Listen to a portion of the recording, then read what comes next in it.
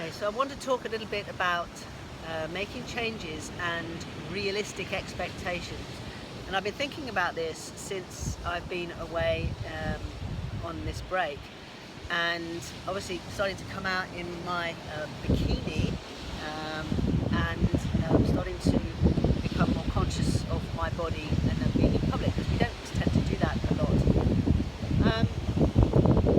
I've made a lot of changes to my body.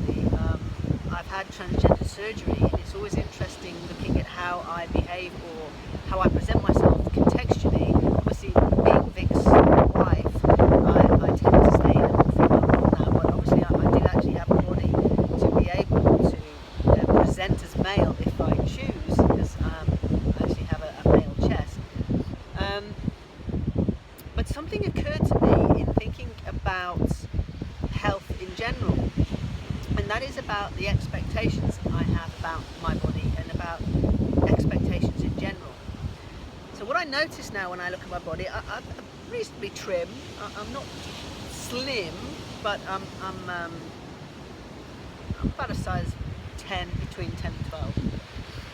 But what I've noticed now at 44 is that there's this kind of sagging thing going on. You know, it's like things that were up here and down there. So I look like I've got this little kind of roll of fat, but it isn't at all. It's actually skin. And I realised that when I look at that, I think, I wish that wasn't there. And all of the time I have those negative thoughts and feelings about my body, of course, I am actually using those building blocks to make cortisol. I'm not allowing my body to actually make DHEA and actually go into rest and repair and replenishment. So the irony of that is that by being disappointed about some things in my body, I actually prevent it from being as healthy and in as good a state as it could be. And what I realise is it comes down to a balance. Okay, it is possible for the body to return to health. It is possible for the body to stay fit and healthy and toned, and it requires a whole host of factors, including what we eat, including being mobile and active and exercising, including our mental and emotional state, and really our whole feeling of connectivity and all of those things. Our ability to process what is safe and dangerous without staying in a state of stress. Okay, so I need to be able to respond to something that's not safe. I need to be able to use the fight, flight, freeze mechanism in its appropriate when it's required, but I also need to maintain this broader awareness of being in the present moment and recognizing that danger isn't occurring right this minute, and therefore any thoughts I have that cause me stress are either things that have happened to me or things that have happened to me that cause me to worry about things in the future. So bearing in mind that the body can return to health if I consider all of these factors, and if I balance all these factors, and if I eat a healthy diet, and I deal with my thought processes and my emotions, and I exercise, it comes down to the balance between how much is required to reach the state that I want to reach. If I want the body of a 24-year-old at 44, it's possible to tone up and to get tighter and fitter and really get trim. But am I really going to do the work it's going to take in order to do that? Okay? Am I really going to put in the time, the effort, the conscious choices about my diet and my thoughts, and am I really going to eat the certain things that my body would require to do that? And the answer is really an honest no, it isn't. So I've got to be realistic. It's not to say that the body can't reach that optimum state of health, but I've got to decide what's my current optimum state and what's my optimum state for a realistic future program, a future plan. So looking at how I am now, I'm actually quite happy. There are things, we're all a work in progress, right? But I realise that it's not as simple as saying to everybody that I work with, yes, you can be fit and healthy and brilliant and pain-free and all these things. It's not quite that simple, because for some people, that the amount of damage that's been caused over long-term illness, the amount of stress, the amount of trauma that somebody's experienced requires quite a lot of balance shifting to return back to health. So what we have to think about is it's about quality of life, right? It's about what quality of life do I want? Can I be happy with what my body's doing because it's doing its best, and what it's doing now? And are there things that I can change?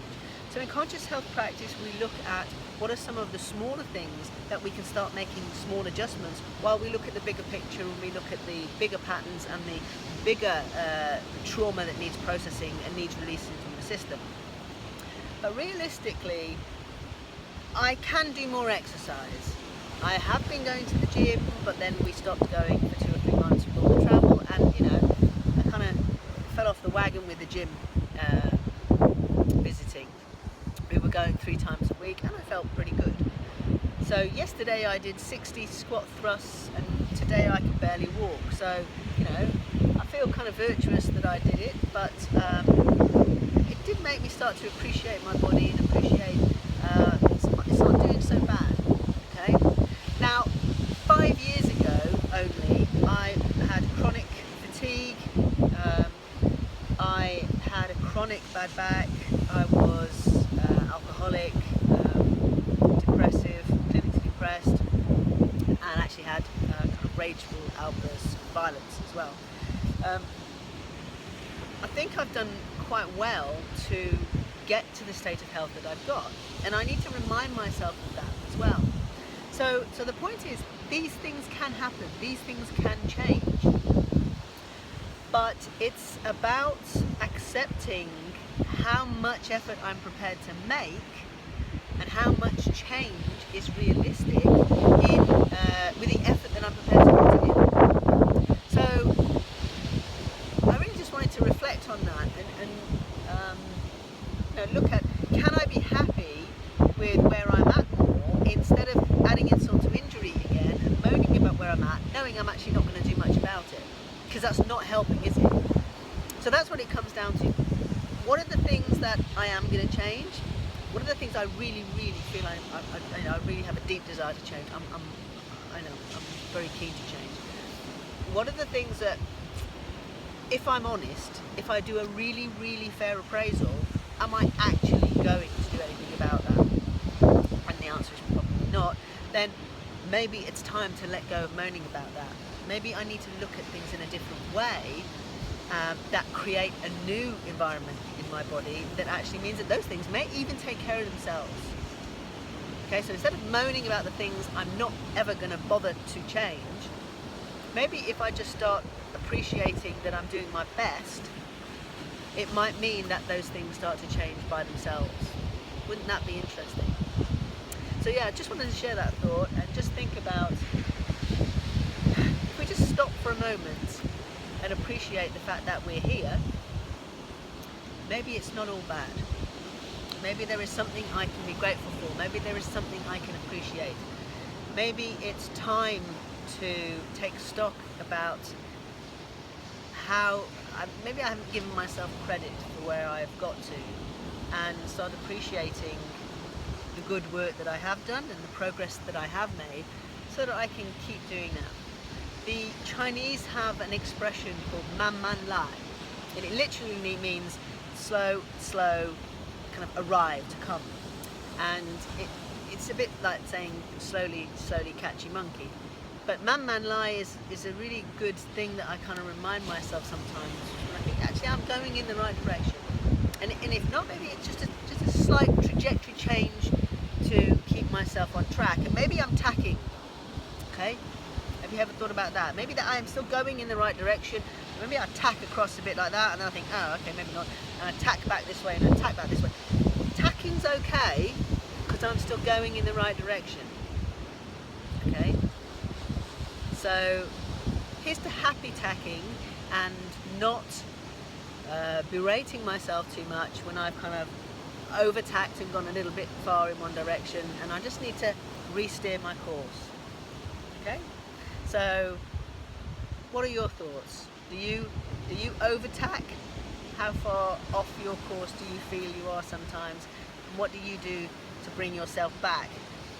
It might be quicker to get back on track if we just notice what's going on, appreciate it, and then take the next step forward again.